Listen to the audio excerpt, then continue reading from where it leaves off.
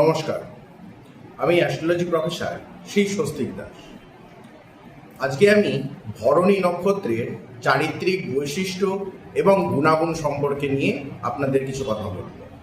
তো প্রথমেই বলে রাখি, এই যে ভরণী নক্ষত্র আমাদের মেষ রাশিতে অবস্থিত দ্বিতীয়তম নক্ষত্র।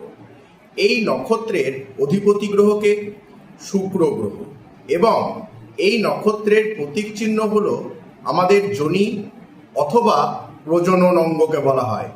এই নক্ষত্রের নিয়ন্ত্রক দেবতা হলেন মৃত্যু এবং ধর্মের দেবতা হলেন যম।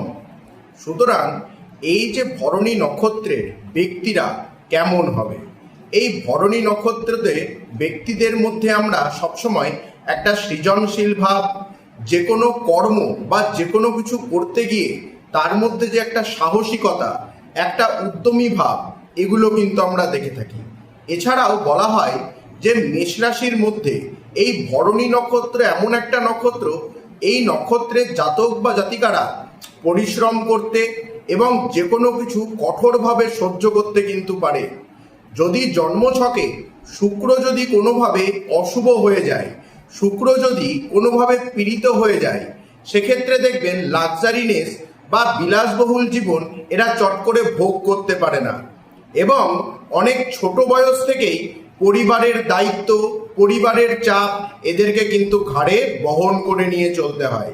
যদি জন্মছকে শুক্র খুব শুভ অবস্থায় থাকে, হয়তো মূলাত্রিকোণে আছে, হয়তো তুঙ্গস্থ ক্ষেত্রে আছে বা সক্ষেত্র ক্ষেত্রে আছে, সেক্ষেত্রে দেখবেন এরা যা কথা বলবে সেটা কিন্তু স্ট্রেট কাট কথা বলবে। ইনিয়ে বিনিয়ে কথা বলতে এরা কখনোই কিন্তু পছন্দ করে না।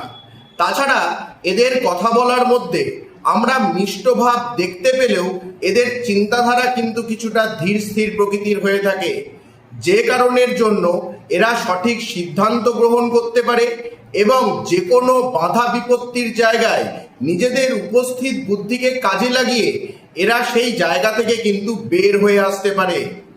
আর কি দেখা যায়, এদের মধ্যে আমরা গভীর দায়িত্ববোধ, শৃঙ্খলাবোধ এবং যে কোনো নিয়ম কানুন মেনে বা রীতিনীতি মেনে কাজ করার একটা নিষ্ঠা ভক্তি দেখতে পাবো আমরা এই নক্ষত্রদের মধ্যে। এই ভরণী নক্ষত্রের জাতক বা জাতিকারা সবসময় দেখবেন নতুন কিছু তৈরি করতে, নতুন কিছু জিনিস শিখতে সবসময় কিন্তু আগ্রহী ব্যক্তি হয়। তাহলে যাদের চন্দ্র এই নক্ষত্রে অবস্থান করে আছে, দেখুন তো তাদের ক্যারেক্টারিস্টিক বা চরিত্র এইরকম ধরনের